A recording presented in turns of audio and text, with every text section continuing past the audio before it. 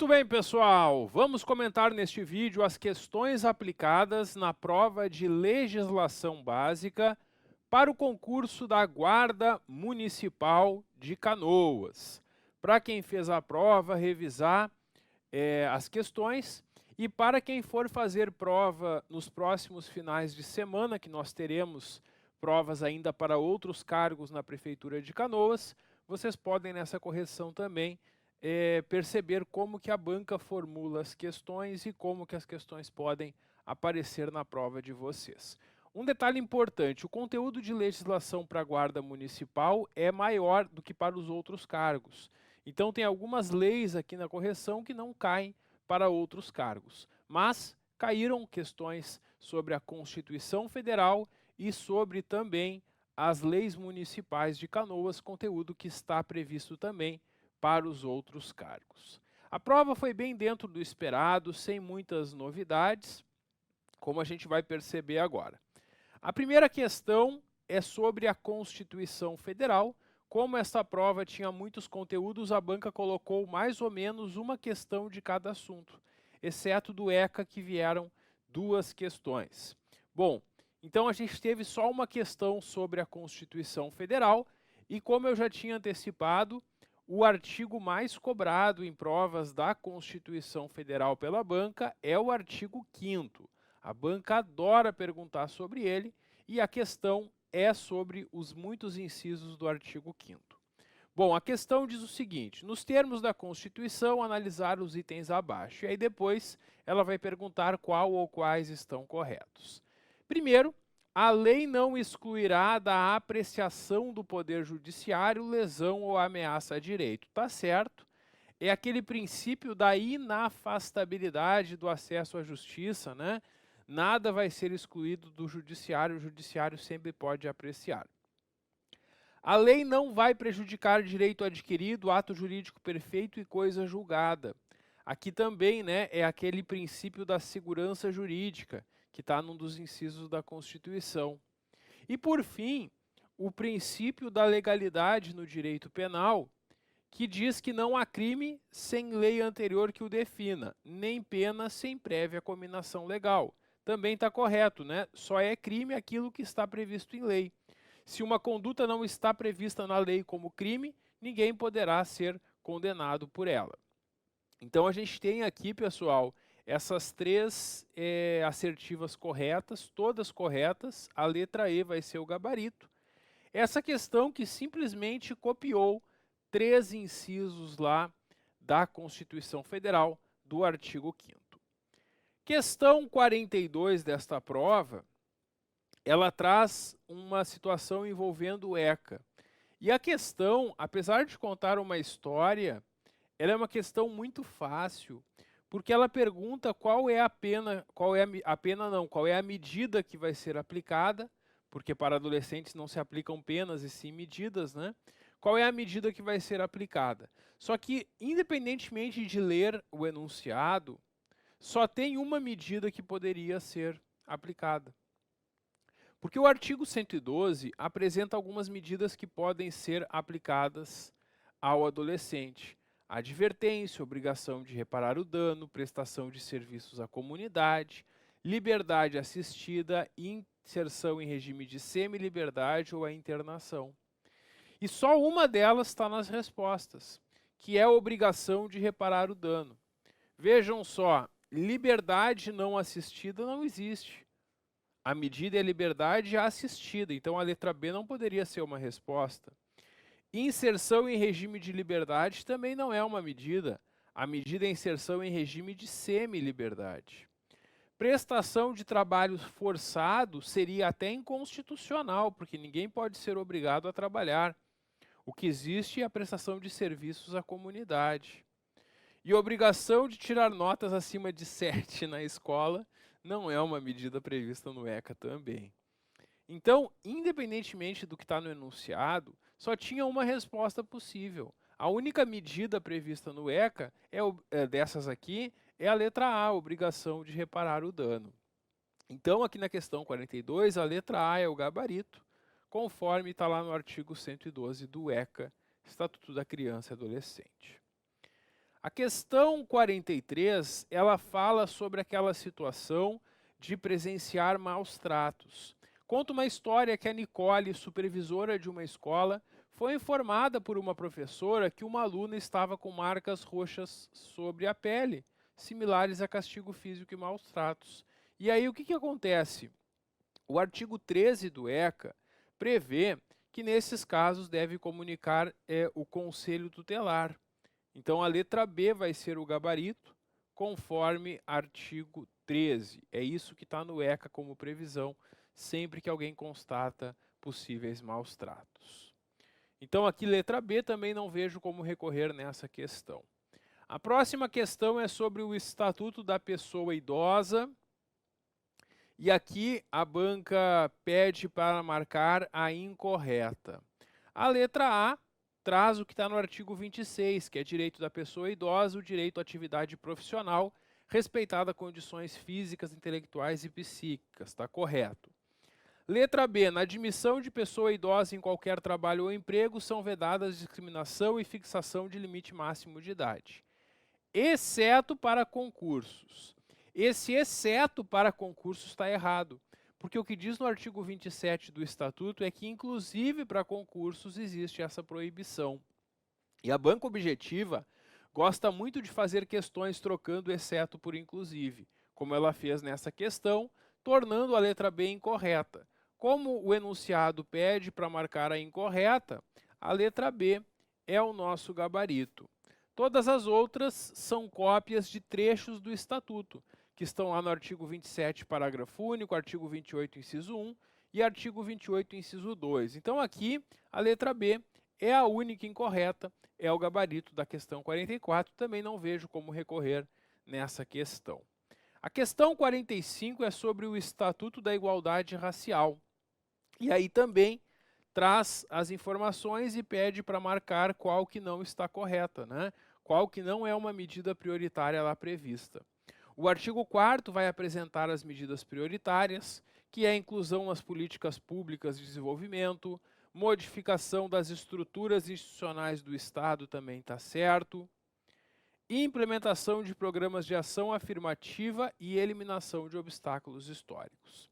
A letra C está errada porque a banca, de novo, trocou o exceto por inclusive. O que tem na lei é inclusive, e aqui ela colocou um exceto. Então, o estímulo, o apoio e fortalecimento a iniciativas oriundas da sociedade civil é uma das medidas. Inclusive, não exceto, inclusive mediante incentivos e critérios de condicionamento e prioridade. Então, esse exceto tornou incorreta, por isso a letra C é o gabarito aqui da questão 45. Também não vejo como recorrer nessa questão, porque todas as outras estão corretas. Agora, sobre a Lei Orgânica de Canoas, nós temos aqui nesta prova uma questão, e aí eu vou chamar a atenção de vocês. Quem vai fazer para outros cargos, tenham atenção com as leis municipais, porque nós deveremos ter mais de uma questão sobre cada lei. Aqui, nesta prova, como tinham muitas questões, muitas disciplinas, a banca distribuiu uma questão mais ou menos para cada lei que estava no edital, exceto o ECA, que teve duas, né? Agora, para outros cargos que é cobrado só a Constituição e as leis municipais, provavelmente nós teremos duas questões de cada lei municipal, mais ali umas duas questões da Constituição. Só uma dica para quem vai enfrentar ainda os concursos dos próximos finais de semana. Pessoal, essa questão ela trata do chamado regime de urgência. O artigo 48 da Lei Orgânica prevê que quando o prefeito apresenta um projeto de lei e tem pressa que o projeto seja votado, ele pode colocar em regime de urgência. Nesse caso, a Câmara vai ter 45 dias para concluir essa votação. Bom, mas não foi isso que eles perguntaram na questão. O que eles perguntaram está lá no artigo 51, que é a tramitação do projeto em regime de urgência. Quando um projeto de lei é colocado em regime de urgência, ele tem esse prazo para ser concluído. Então, para ele tramitar mais rápido, o artigo 51 estabelece que esses projetos de lei devem ser colocados para votação e discussão sempre obedecendo um prazo mínimo de 48 horas. Mesmo tendo urgência, tem que observar esse prazo mínimo de 48 horas. Salvo se houver requerimento de 2/3 dos vereadores. Essa regrinha está aqui no artigo 51. Então, a gente tem como regra que quando o projeto está em regime de urgência, ele vai ser incluído na primeira sessão, observando um prazo mínimo de 48 horas. Ele só não vai ser incluído na primeira sessão se houver requerimento de 2/3 dos vereadores para que fique para outra sessão, para ter mais tempo de se estudar o projeto. Então, as lacunas que estão ali são preenchidas com 48 e 2/3. A letra C, o gabarito, de acordo com o artigo 51 da Lei Orgânica. Vejam que a banca copia literalmente o que está na lei, não deixando nenhuma margem para recurso nessa questão também, porque a banca cobrou exatamente o que está na lei. Então, a única resposta correta é a letra C. Este é o gabarito aqui desta questão 46, a questão sobre a lei orgânica do município. A questão 47 trata do Estatuto da Pessoa com Deficiência. E aqui é uma questão de certo ou errado, né? Traz 3 informações e pergunta se elas são corretas ou erradas, verdadeiro ou falso, né? E aqui, pessoal, as 3 estão corretas. A banca aqui copiou o artigo 48, parágrafo 2º, o artigo 51, parágrafo 1º e o artigo 52, estabelecendo, então, algumas regras aqui em proteção às pessoas com deficiência. Todas estão corretas, a letra E é o gabarito nesta questão. A questão 48 trata do regime jurídico dos servidores, o Estatuto dos Servidores do município. E essa questão vai perguntar sobre a licença para tratamento de doença profissional ou em decorrência de acidente de trabalho. Aqui, pessoal, é um tipo de questão que a banca faz também. Ela coloca no enunciado frases e coloca entre parênteses, primeira parte, segunda parte, terceira parte. Na prova de vocês, para ficar mais difícil, eles não colocam assim separados em linhas diferentes, eles colocam tudo junto. Aqui eu separei para vocês, para a gente analisar cada uma das partes. Porque a banca coloca no enunciado assim, primeira, segunda e terceira parte, e depois pergunta quais partes estão corretas. Se todas estão corretas, se só a primeira e a segunda, se só a primeira e a terceira, se só a segunda e a terceira, ou se todas estão incorretas. Então, sempre que tiver uma questão da banca trazendo essas partes, a gente tem que analisar cada uma delas. Vamos lá? Primeira parte. O funcionário acometido de doença profissional ou moléstia enumerada nesta lei, terá direito à licença com prejuízo dos vencimentos. Pessoal, nem precisava ter lido o estatuto, era só raciocinar. Imagina só, um servidor está trabalhando e ele tem uma doença, ele tem um problema de saúde e não pode trabalhar. Será que esse servidor vai ficar sem remuneração? Claro que não, né? A licença é com direito à remuneração integral. Não tem desconto na remuneração. E aqui na questão está dizendo que tem, ó, porque está dizendo licença com prejuízo. Não, a licença é sem prejuízo. A licença é com os vencimentos integrais. Então essa primeira parte está errada com base no artigo 101 do Estatuto dos Servidores. Segunda parte. No caso de incapacidade total resultante de doença profissional, o funcionário vai ser aposentado. Pessoal, se o servidor não tem mais como trabalhar em nenhuma atividade, o que vai fazer com ele? Aposentar por invalidez. Tá certo. É a aposentadoria que modernamente se chama por incapacidade permanente. Está no artigo 102 essa regra, a segunda parte está correta. E a terceira parte, no caso de incapacidade parcial e permanente, aí é assegurada a readaptação. Se o servidor não tem mais condições de trabalhar naquele cargo, mas tem outras atividades que ele ainda pode fazer, ele vai ser readaptado, colocado em uma função compatível com o seu estado de saúde. Essa terceira está correta com base no artigo 102, parágrafo único. Então, a primeira parte está errada, a segunda e a terceira estão corretas. Sendo assim, a letra D, o gabarito, correta somente a sua segunda e terceira parte. Também, questão bem literal, não tem aqui possibilidade de recursos. Questão 49. Considerando a Lei Municipal 5.082, que é o regime próprio de previdência, analise os itens abaixo. Aqui quem fez o nosso simulado certamente lembrou e acertou, né? Porque no simulado que eu elaborei sobre esta lei, as primeiras questões tratam desses assuntos, justamente que são assuntos muito cobrados em leis de previdência. Olha só, primeira assertiva, são filiados ao FAPEC, que é o Fundo de Previdência dos Servidores do Município, na qualidade de beneficiários, os segurados e seus dependentes.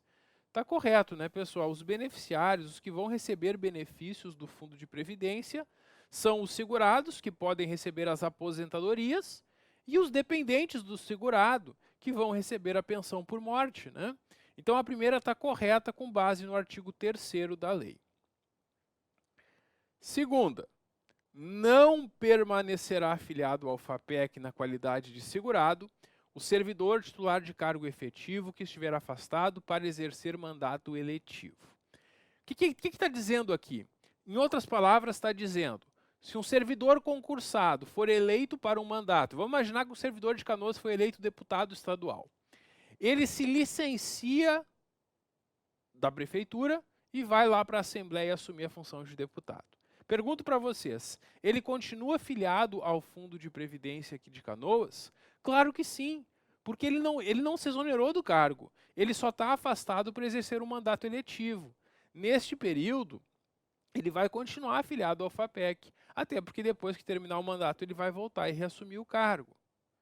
Então está errado afirmar que ele não permanecerá afiliado nesse caso, porque o artigo 4º prevê 4 situações que o servidor continua afiliado, mesmo não estando trabalhando.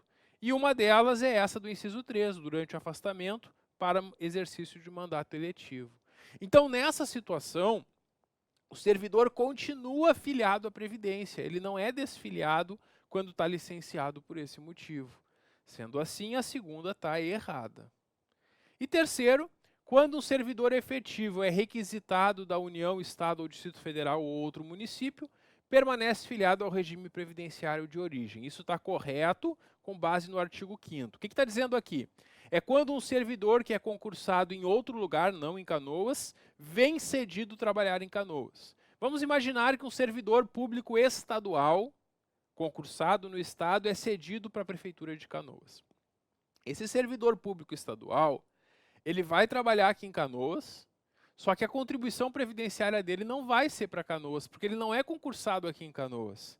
Ele é concursado lá no Estado. E a contribuição dele vai continuar sendo recolhida para o IPPrev, que é o Instituto Estadual de Previdência dos Servidores Estaduais. Quer dizer, ele continua afiliado no seu regime de origem. Um servidor concursado em outro lugar que vem cedido para trabalhar em Canoas, ele não entra no FAPEC, porque o FAPEC é só para os servidores concursados da Prefeitura ou da Câmara de Canoas. Então, pessoal, está correta essa terceira com base no artigo 5º. Sendo assim, a 1 e a 3 estão corretas, a letra C é o gabarito, aqui na questão 49. E a questão 50 envolve o Código de Ética aqui de Canoas. E pergunta sobre os princípios e valores fundamentais. Pessoal, no nosso simulado eu fiz uma questão quase igual a essa. Mudaram alternativas, mas era a mesma coisa. Esses princípios e valores fundamentais estão no artigo 5º. E eu falei para vocês na aula que tinha uma grande chance disso ser perguntado em prova. E foi o que a banca fez. A banca aqui copiou 2 princípios e alterou um deles. Vamos ver? Ela copiou o primeiro princípio do artigo 5º, que prevê que é princípio a supremacia do interesse público e a preservação e defesa do patrimônio público e da probidade administrativa, de acordo com normas de ética, cidadania e responsabilidade social e ambiental. Essa primeira está correta, é cópia do artigo 5º, inciso 1, esse é um princípio. Segundo, a dependência funcional e a parcialidade. Não, aqui tem 2 erros, né? Porque os princípios são a independência funcional e a imparcialidade. conforme artigo 5º, inciso 6. Então a 2 aqui está errada, a banca fez pegadinha invertendo as palavras. E terceiro, legalidade, impessoalidade, moralidade e transparência, esse está no inciso 2 do artigo 5º, está correto. Então aqui, a 1 e a 3 estão corretas, a 2 estava errada, a letra D, o gabarito, aqui na questão 50. Então é isso, pessoal, a prova foi elaborada bem dentro do que a gente esperava, bem dentro do que nós trabalhamos no curso preparatório. E para quem vai fazer o concurso nas próximas semanas, os nossos cursos preparatórios continuam disponíveis. Ainda dá tempo de vocês estudarem com os nossos cursos preparatórios. E temos também o curso de resolução de questões da banca objetiva e questões simuladas que eu elaborei sobre a legislação. Este curso está disponível ainda. Para quem tem um curso completo ou um dos módulos básicos, já tem essas mesmas questões incluídas no curso, mas quem não é aluno dos cursos completos ou módulos básicos e não quer adquirir um curso mais completo, quer apenas estudar por questões, é possível também adquirir somente as questões, assim como também é possível adquirir somente uma disciplina ou outra, né? Porque nós temos também os cursos por disciplina, temos ainda o curso só da legislação ou só da legislação municipal também, conforme vocês precisarem. Então é isso, pessoal. Com isso concluímos aqui a correção desta primeira prova aplicada do concurso da Prefeitura de Canoas neste ano de 2023.